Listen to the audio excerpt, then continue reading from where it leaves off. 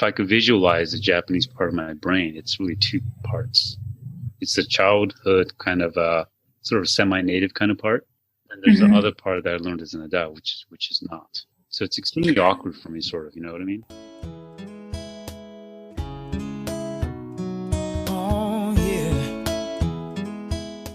Hey there, this is Stephanie from StephFuccio.com, where we have globally minded podcasts and podcast services. I am pleased to share another episode of Geopat's Language, where we explore our relationship to the languages that touch our lives through conversations with our global guests. In this episode, we are headed over to Tokyo, Japan, to talk to Ken Hirano. Ken is a friend of mine that I met in a book club while we both lived in Shanghai, China, I want to say about 2 years ago. He was born in Japan, but his family moved to the U.S. before he started school. He has returned to Japan a few times in his life to live there, and now is actually one of those times. He moved back to Tokyo about a year ago, and recently on LinkedIn, he wrote a post about this geographic anniversary and the cultural and language identity issues that popped into his head. And this is exactly what we're digging into in this episode, in this conversation. This identity path took us through some very interesting things, like how he feels in different languages, why he feels more simple and defenseless in Japanese than in English, how Japanese locals versus expats in Japan treat his Japanese and Americanness, and where he is the most comfortable. Quick spoiler, none of these issues have a clear and defined answer, and that is what made this nuanced discussion with Ken so interesting to have.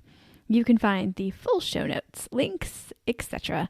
to this episode at deffuccio.com/geopatslanguage/32. Oh, yeah. Thank you so much, Ken, for joining us on Geopat's Language. Yeah, it's my pleasure. Yeah, thanks for inviting me. Ken, where are you right now? I'm in Tokyo, Japan. Full name's Ken Hirano. I'm working as a mental health therapist here in Tokyo. Been here for it's been about a year and a half almost since I arrived here. I came back here from Shanghai, where we met, right? Yeah. I was in Shanghai for about 3 years, and I was a school counselor there. And before that, I was back in California doing counseling kind of work. Yeah. Okay. So are Japan and China the two places that you've lived outside of the U.S.? Yeah. Okay. I mean, Canada, I didn't really live there. So. The reason why we're chatting is because last week, I think it was last week, you posted something on LinkedIn that I found really, really interesting. And I asked you if we could chat about it. And I think probably the best way to set this up is to have you read it. So I posted, 2 weeks. Sorry, not last week. Time during COVID. Yeah, COVID time, yeah. So I wrote down, it's now been over a year since I moved to Tokyo from Shanghai. Among the things I miss about China is the spontaneous openness of the people. One story I like to talk about my time there involves an experience at a Japanese restaurant in Shanghai I used to go to where some of the Chinese employees spoke really excellent Japanese.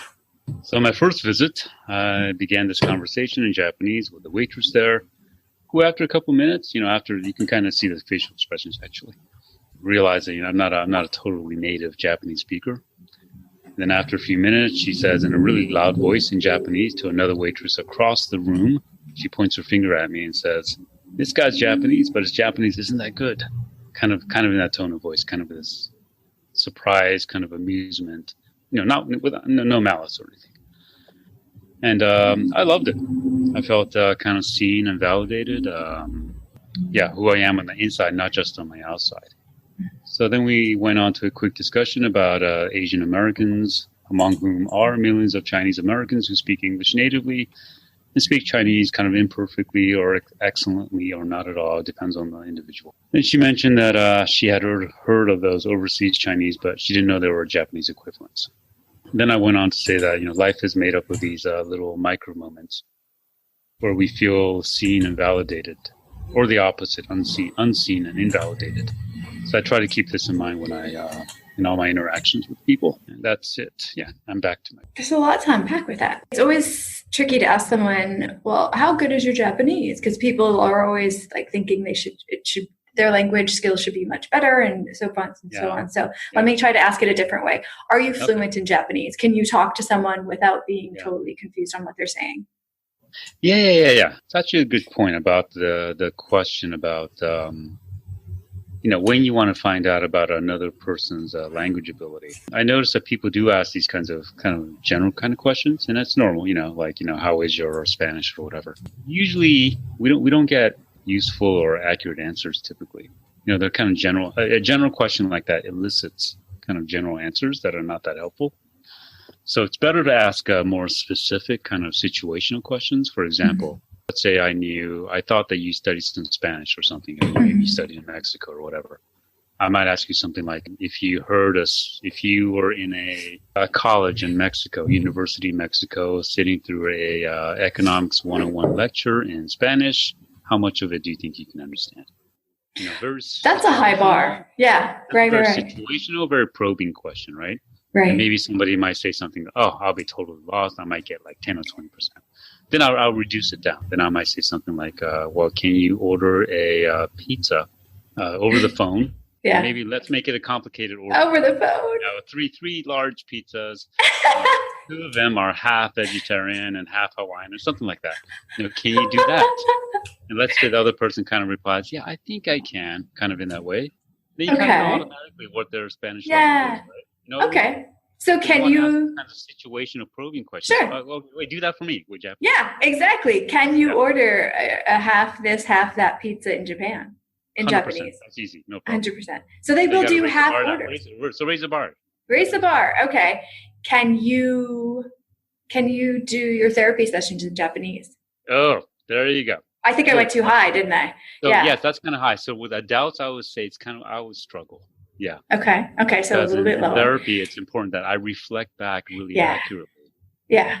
If it happened, I think every 10 minutes I'd have to ask, I'm sorry, I don't know that word. Sorry about that.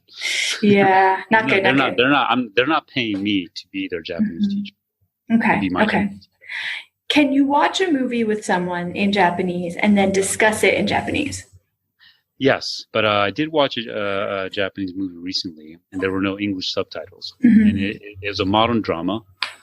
Now, it was kind of complicated. It was a kind of a political kind of drama. And I basically got it. But I want to say it was about 50 to 70% maybe. It's kind of like that. Okay. They do have these dramas that take place back in the old days. Yeah. Those are hard. Yeah.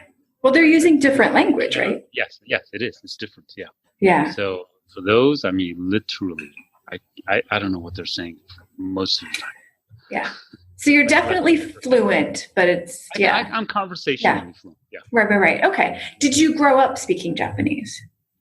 Some, but it's more listening. I grew up in this immigrant family where my father kind of dominated the family household, and he was an English teacher. Yeah. Here in Japan, it was one of those immigrants where there are all different kinds of immigrants, but some are where they really want to retain all the old country stuff, the ways and all that. And that's the image I think a lot of people have. That is not true for everyone. It was not true for my father. He was not big on that. So he kind of dominated. My mother, if she had her way, I think it would have been more Japanese. But she did speak to me in Japanese, so I can hear it fine. If it's household Japanese, but if we're talking about, say, politics or economics or counseling theories or things like that. There's, I do. I was trying to think of a book that I read. It was this woman that went back to Iran to kind of, a heritage trips of sorts and reconnect with all of her relatives and really refine her Farsi and that kind of thing. And she had hit that wall where she realized she called it like kitchen Farsi, where she could talk to all of her relatives. Yeah. But she's like, other conversations were more difficult. And that was the first time that I really made that distinction. Yeah. Wow. Okay. I'm going to put a hard time understanding that, I think. But yeah, please. Yeah. So are both of your parents Japanese from Japan? Yeah. Okay. And they moved to the US. My father he was born in colonial Korea. He grew up mostly in Japan. Yeah. And he didn't speak in Korean. And were you born in Japan? I was. Yeah. Okay. And then you moved to the US when you were how old? Yeah. So my entire schooling, it was before kindergarten. So I went to kindergarten through 2 graduate schools in San Francisco. Yeah. Very early. Okay. Do you remember Japan when you were a child? I don't know if there are real memories. You know how sometimes when you're 3 years old, when you're 7, they tell you how you behaved when you were 3. Yep. You don't know if it's what you remember as a 7-year-old hearing what you supposedly did when you're 3, or they're real memories. I'm not sure. Foggy ideas. They might be real memories, maybe not. I don't know. Was it last year you moved back to Japan with your wife, and now you're there? Yes, we are here now. You wrapped up your life in California and elsewhere, and you're in Japan. Yeah, pretty much. Okay. I'm still stuck to California. My mother's still there. As someone who's never reached fluency in a second language yet, who hasn't reached fluency in a second language yet, I love the question. What do you feel different when you are speaking Japanese versus speaking English? And the reason I ask is because that relief when that woman the Chinese woman in the Japanese restaurant saw you and didn't expect you to sound natively Japanese, that relief sounds like there's a little bit of a tension there with the language. Yes, I do feel different. It is the language of my childhood. It's not the language of more sophisticated intellectual kinds of things. So when I speak Japanese, it's associated with, childhood, like it's my experience with it growing up was very, it's kind of limited to simple kinds of things in the house. That kind of stuff is no problem. That's not a problem. But this huge contrast that I feel, which I think, other people don't quite get, I think, between that kind of kitchen Japanese, versus more like outer world job, politics, Japanese. That's the part that I'm not comfortable with. It's not a big part of me. I learned a lot of words because I first moved here when I was 32. That was like 20 years ago. And I learned a lot. But even then, at that age, you're 32, it doesn't sink in the way that, a language would if you're 10 or 5 or even 15. So if I could visualize the Japanese part of my brain, it's really 2 parts. It's the childhood kind of sort of semi-native kind of part. And there's the other part that I learned as an adult, which is not. So it's extremely awkward for me, sort of, you know what I mean? So it sounds like the childhood one might be the more warm and fuzzy one? Yeah, of course. Warm and fuzzy. Yeah, it's kind of simple. When you were there at 32, did you formally study the language then? No, I learned on the fly. Wow. I learned a lot. I just my Japanese must have tripled in the first few months. How long were you there for then? First time was 3 years. It was hard. Just adapting and the whole ritual of business cards and all that. I think I had a lot of fun, but it was hard. Yeah, and 20 years ago, I don't know. I'll ask you. Has Japan gotten less formal since when you lived there 20 years ago? I don't think so. Or so. does it feel the same? Yeah, that was my instinct too. I was like, In fact, I want to say it hasn't changed much at all. Wow. Walking around, I mean, the businesses have changed, some of them, but just a few. Big companies have not, mostly the same. A lot of concrete, a lot of people walking around. People are pretty much well dressed and well behaved, and it's kind of the same. Yeah.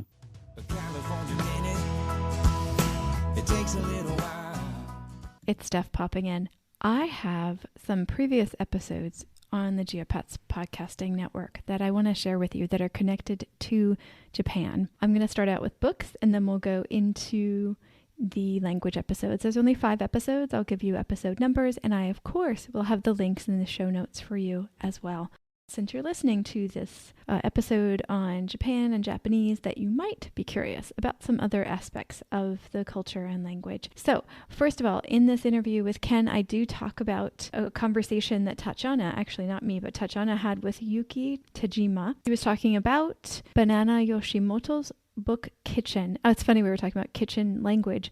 Well, here is just the book Kitchen, and that is episode 9 on Geopats books. Now, going on to the language episode. So episode 6 is where we talk to Lucy, who grew up with Mandarin Chinese and learned English and Japanese along the way. And she talks quite a bit in episode 6 about her experience with those very, very different languages. Then we're moving on to episode 4, where I talked to Eric, that's his English. Lucy and Eric are both of their English names. He grew up with Mandarin Chinese as well, and then learned English, Japanese, and French. And in episode 4, we dig into all of those. In episode 10 of Geopat's NaPod POMO, which is National Podcast Posting Month, which is coming up again in November. I'm very excited. It's where we post one episode a day, every day for the month. It's crazy, but it's wonderful. So that's under the Geopat's NaPod POMO podcast. That's episode 9 and 10, is where we talk to Lisa about her experience with typing and reading Japanese. In that same Geopat's NaPod POMO month, we talked to Dakota from Dakota Abroad YouTube channel and now the Language Learning Lounge podcast. We talk about Japanese calligraphy ASMR. Yep, I know you're going to want to hear that. So it's under Geopat's NaPod POMO episode 5. Again, I'll have all the links in the show notes for you. And I really hope that you enjoy all of these Geopat's Podcasting Network Japan-related episodes. Let's get back to the conversation with Ken, who is in Japan.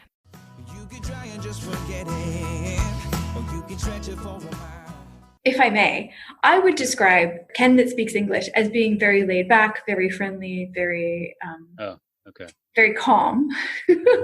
I don't know if you agree with that or not. Do you agree with that version of your personality? Yeah, I guess so. Yeah, I guess so. Yeah. What else would you add to that?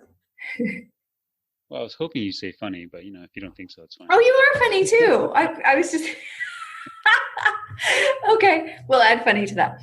So, in current day Japanese Ken, Ken speaking Japanese, how would you describe you in that language? Yeah, so I definitely do come across differently. I'm pretty sure. I think I do come across as more simple. I can still make a lot of jokes, in fact, but I can't always make complex sentences. So yeah, I think I come across as more simple. I also think I come across as more defenseless, I think. How so? I feel like in Japanese, I'm not sure how, I don't know how to fight back. I remember working in Japanese and it was kind of hard for me to kind of hold my own. I feel like I can do that in English, I can call you out on your shit. No, I can do that, but I can't quite do it in Japanese. There's this insecurity about it because I know it, but I don't. Is it done in Japanese? Do people have that kind of pushback and forth in the workplace? Of course. Oh, that whole thing about the whole ridiculous harmony thing about Asia. Makes me laugh. I don't know what reality these people live in, honestly. Well, to someone that doesn't speak Japanese but has been there, it does seem to be. These tourists, they come here, of course, they get treated well. Of course they do. And they go back home and they talk about some nonsense about how polite it is. Well, it's not nonsense. It's true at a superficial level. Yeah. I remember. That reminds me of a story. When I first moved here in 1999, there's this Japanese colleague. Somebody was telling him, oh, Japanese is so polite and nice. And he comes back with, oh, yeah, Japanese are polite, but not nice. Meaning intentionally mean to people? No. Huh. Well, I think it is a country where I think facades are very important. So I think impressing other people from other countries. And of course, it's appreciated. It's not insincere. I'm still curious about this. You're saying in the workplace, there is that kind of back and forth, pushback with coworkers. Is it different than in English? Because, there are a fair bit of cultural differences. Let's see. I'm just trying to think back at the meetings. Well, I remember back in 99, going to lunch with my colleagues, and they were mostly all Japanese. I remember kind of being struck by how viciously they talked about managers and other people at work. It was just really vicious after just a few days work. I remember one guy, he quit after 1 week. And this is a country where, the image is that, people stay forever, right? Yeah. Not this guy, not in this company. Yeah, he quit after 1 week. He was upset at the way he was treated. Well, I suppose there's more hierarchy, which I guess in meetings, it is more explicitly respected. Kind of like the military, right? That doesn't mean people don't have their own thoughts. What they really think about, director of the group, and they do talk about it with colleagues at work. There is that misconception, I think, that just because they might not say it to everyone, that they're not thinking these things. Yeah, of course. And, when non-Japanese go to these companies, either, they're expats who work there because, it's a big multinational or whatever. there definitely is this. I've noticed this sort of a little. There isn't real communication. Well, there's some, but not always a lot of real communication. I notice. It's kind of this one confirmation bias talking to another. One person with a confirmation bias talking to another person with the same kind of confirmation Yes. bias. Yes. Some guy from the U.S., some white guy, with some ideas about, Japanese work cultures. He's red. He's got good intentions, all sincere and all that kind of stuff. Wants to be sensitive and all that kind of stuff. Talking to some Japanese guy, usually the Japanese guy usually has, it's a big part of the country to think that, it's, Japan's kind of unique and it's different and all that kind of stuff. So they want to believe that. They both want to believe each other's, biases. So they're just kind of confirming their own biases. Let's come back to you. In China, there was a term for the Chinese that came back, the overseas Chinese. There was a term for that. I don't remember what that was. Do you remember that? I don't know what it is. Yeah. Is there a term for that in Japan? Well, there's Nikkei. Sometimes I'll introduce myself as a Nikkei. And what is that? Yeah, it's an overseas Japanese. Okay, gotcha. Yeah. And it's kind of so well known. The U.S., Peru, Brazil, Canada, the big countries for it. And do you feel like when you're just talking to somebody new that they're picking up on that that you haven't spent your whole life there? Yeah, of course. It's immediate. Yeah. A few months ago, I was on a bike ride and I stopped at some rest stop and had a conversation with a stranger there. And after a few seconds, this is a very typical kind of reaction. It's visible typically, not all the time, but typically on the face. Yeah. It's usually a look of surprise. Oh, gaijin. Gaijin means foreigner.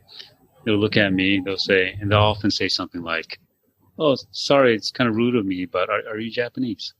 Kind of in that tone of voice, in that nice, polite, classic Japanese way.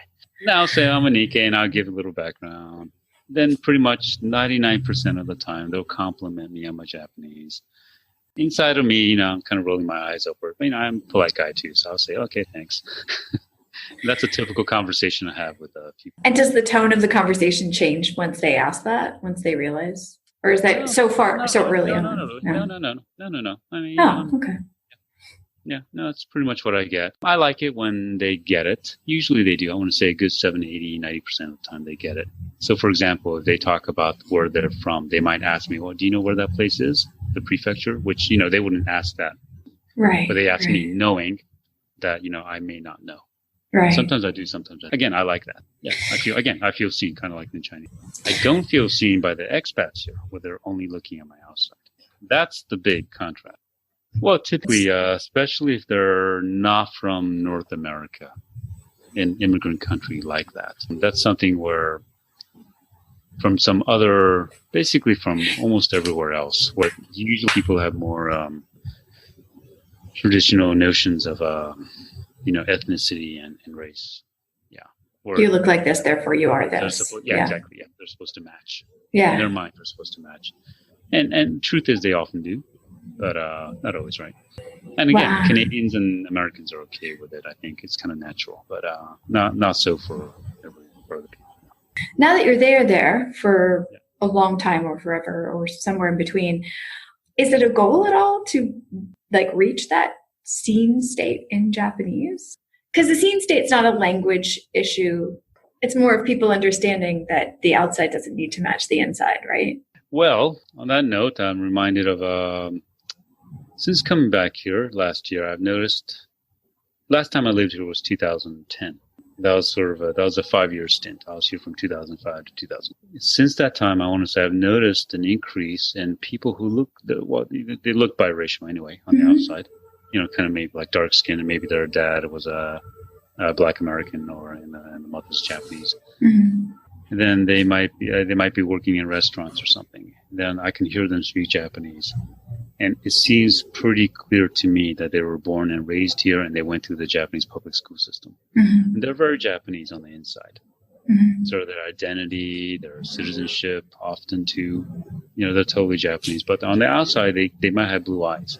But there's now a celebrity on Japanese TV. He's half African.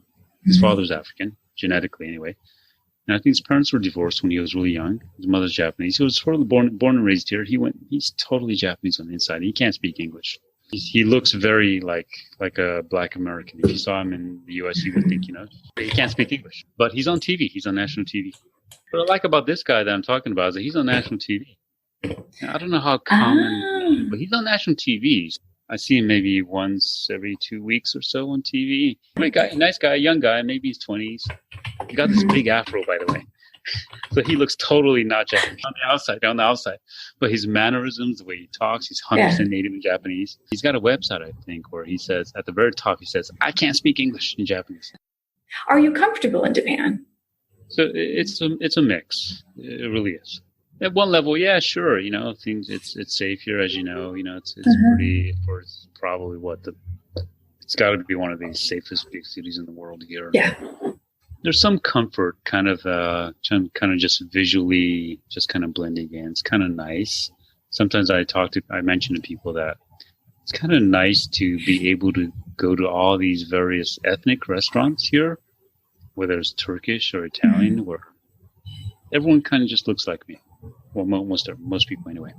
Whereas even in a place like San Francisco, so diverse, right? There's a lot of segregation there. So let's say it's a Turkish restaurant. Typically, it's going to be pretty much all white people there. Some white guys typically with their Asian girlfriend, maybe. That's kind of about it, Despite the fact that San Francisco is 30% Asian or even more by now. It's always kind of, I don't know how to describe it. It's kind of a restrictive, or like I'm not supposed to go to places like that. I'm supposed to only go to Asian restaurants. But in the place where, where it's supposed to be, it's my home, Whereas over here, it's, oh, wow, you can go anywhere. It's kind of nice. That part's nice. There's also a lot of tension here for me because I know that people expect me to know all the little rules, and I don't. Or if I do know the rules, I don't always, it's hard for me to be smooth and comply with them. Even like at Onsen, hot springs. Yeah. I know how to do it. But even then, I still kind of worry. I look around me, see, am I supposed to walk around kind of dripping wet? I always feel like eyes are on me. I feel like they can see, that I'm not comfortable. I know they can't, but so there's some tension there. I think have. Yeah, because you're supposed to know what to do. Yeah, I'm supposed to know. Yeah, and but I don't. No. Yeah, that was the freedom for me living in Asia. Is a lot of times when I would be like, oh my gosh, I really don't want to offend anybody. I'd be like, I clearly am not from here, even though I could have been. But I'm like, generally speaking, they know I'm not from here. Yeah. I'm going to play the expat card right now. Not to offend, not to try to outwardly be awful, but I know I can kind of get away with something or try something, or hopefully they'll tell me if it's that bad. Right. But there was that kind of relief of being different. Yeah, see, I don't have that card. And even when I try to show that card, which is what I've tried to do sometimes, it's not accepted. Yeah. I get that. So that makes it kind of hard too. Yeah. So I do have a lot of tension here. I have some traumatic memories and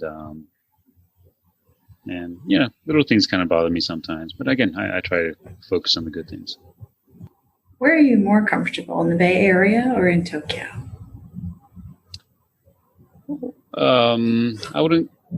It's hard for me to kind of answer it in kind of a black and white kind of way. Mm-hmm. When I do go back, I was there back in February. It was kind of a relief. I can do anything. I can read everything. I can't read everything in Japanese. All the advertisements. I can go to any store and just have a chat and talk and ask questions. Not feel that I'm coming across as stupid. I do often feel here that I come across as stupid. Whereas I don't feel that way in the States. Yeah. So there's a sense of relief. I can drive there. I don't have a driver's license here. I know all the ropes over there. I know which neighborhoods to avoid and all that kind of stuff. I'm in control. Yeah. Even though I'm a minority there, and that kind of causes some pain inside of me. But I know what I'm doing over there. There was a woman that I interviewed for the book podcast, and she was born and partially raised in Japan, and then lived in Los Angeles for a long time, and then moved back to Japan, and then just moved back to Los Angeles during COVID. And I think she constantly goes back and forth now. And the interesting thing that she said is, she's like, I live in Japan at least half of the year, sometimes a little more. But I can do that because I can go back to Los Angeles the other part of the year. So for her, it was the switching between the two that made her feel comfortable. Yeah. Okay. So, but you're not doing that. You're there, even though you'll visit California because you have family. Well, I don't know. I don't know how long we're going to be. I mean, there are times, I definitely, feel like going back. Yeah, it's more space, and I can do anything, and I don't have to divide up the garbage, into 20 different categories. It's so stressful. Oh my gosh. I felt like I needed a degree to figure out the chart. It gets to the point where I'm saving up my garbage so I can go to the train station and just dump. Yeah, exactly. Except at convenience stores, like dropping it in there you go, the non-segregated convenience store trash can is the awful workaround to that, and it's not a good idea. But it's sometimes you have to, because it's like, what is this thing and where does it go? I just don't know, and I don't feel like looking it up, and it's complicated, and those people will check, the garbage people, those things like that. Yeah. Well, we've got a global audience, small as we may be, we're growing.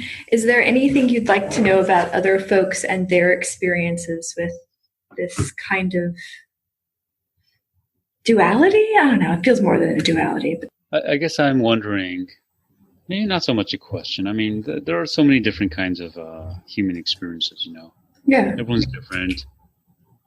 Just because you're part of the majority ethnic group, doesn't mean there isn't individual, there aren't individual differences, of course. I guess I do feel like saying, though, that language, I think it's mostly mostly an internal thing. It's inside the mind of an individual. So what I'm talking about is, I have thoughts and feelings that I may want to express in a given language. Let's say I express it in I try to express a complicated thought and feeling in Japanese, but I know when I say it, even though it sounds okay, and the grammar and pronunciation might be okay, I know it's not expressing what I want to express, and it's different from what I would have expressed in English. I don't think people often realize that, there might be such a gap, and that I'm the only one who knows about that gap because I know my own thoughts and feelings. But what I'm saying is that people tend to be too prejudiced or biased towards believing that the output, the sounds you make with your mouth, that's all there is. So that if you say something in Chinese or Spanish or whatever, and it sounds kind of good, that, oh, wow, your Spanish or Chinese is good. That's not necessarily true because it doesn't express what you're trying to say. You know what I mean? It's not like figure skating. Figure skating, other people outside of you, the people in the audience, are better judges of whether the little twirl things were good or not, because they see it's a body thing, it's a physical thing. Yeah. The language is another thing where it's ultimately about to what extent can you express what you want to express, and only one person, the person who's trying to do it, knows about that gap. Other people can't see it. You know what I mean? Yeah. You know what I mean? I do. Forget that. To me, it's a very stupendously obvious point. But it's not. It's not. When I used to teach beginning classes, English language beginner classes, so many of the teachers would come into the teacher's room and be like, man, they're just, not that they're stupid, but they're so simple, blah, blah, blah. And I'm like, they're not simple. That's all they can say right now. Okay. Most people do have more thoughts than they can say in a beginning level class. Of course, that's true. Yeah. That's true in your native language as well. Right? Yes, right? But it's something I had to say out loud. Yeah, it's something I had to say out loud to them. Well, the opposite what you just said, where it may sound okay what you say in that second language, so people compliment you. Oh, wow, your Chinese is so good.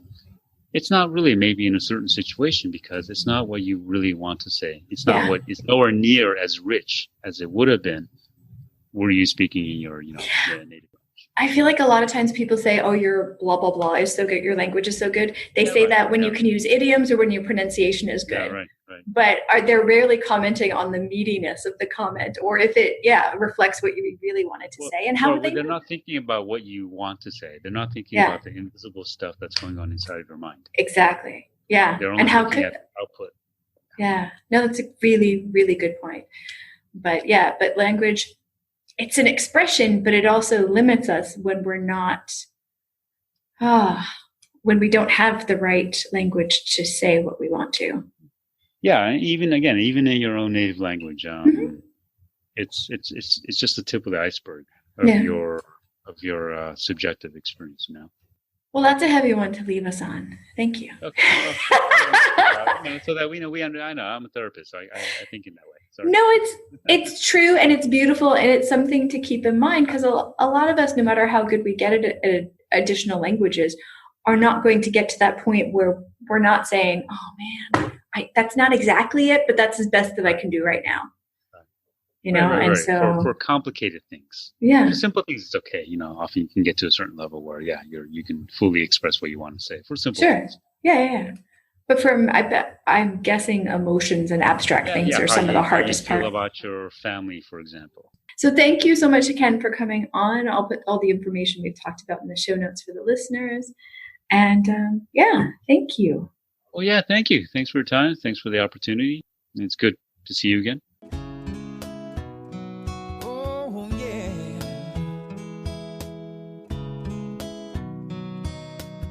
A very special arigatou gozaimasu. Thank you to Ken for being so open and honest about his language and cultural experiences in Japan during this conversation. Also, thanks to Damon Castillo for the song California Minute from the Mess of Me album. So far, you've only heard snippets of the song, but you can hear the full song in just a minute. This podcast is brought to you by me, StephFuccio.com, where I offer podcasting services like group accountability workshops, podcast editing, and soon more. You can find the full show notes to everything we talked about here at StephFuccio.com/geopatslanguage/32. Now, let's get to California Minute by Damon Castillo.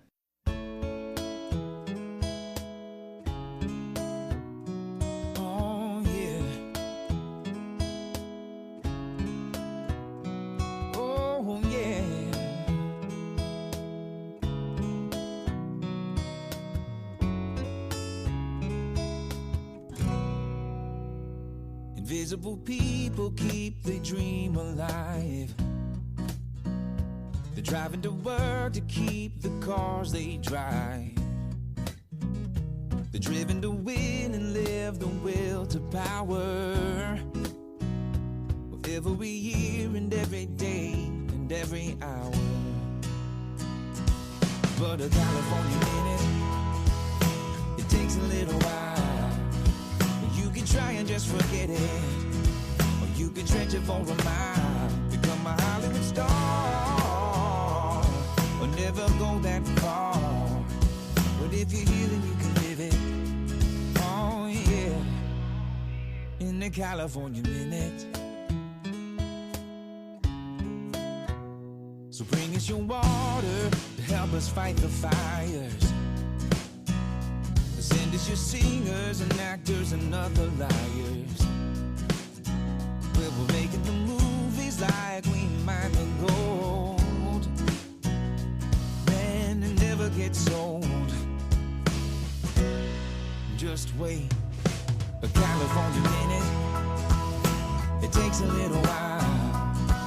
You can try and just forget it, or you can stretch it for a mile. Become a Hollywood star, or never go that far. But if you're here, then you can live it. Oh yeah, in the California minute.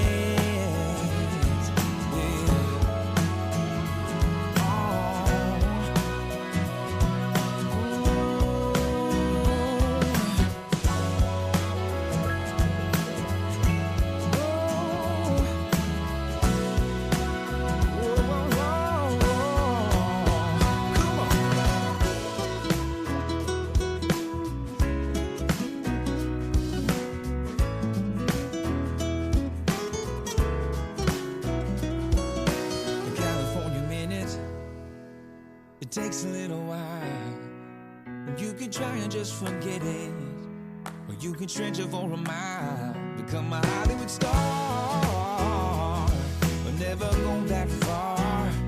But if you're here, then you can spin it. Oh yeah, in the California minute. Yeah, a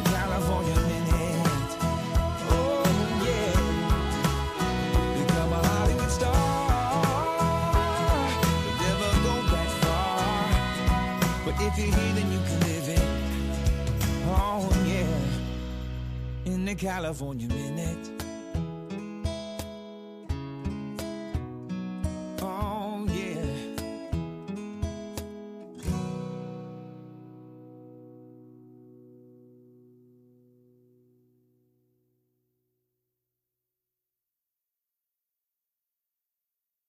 Membership fees apply after free trial. Cancel anytime.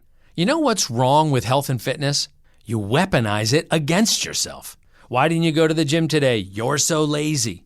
Why did you eat that? You have no self-control. Stop it. At Beachbody, we think training and caring for your body in a way that works best for you should be about loving yourself.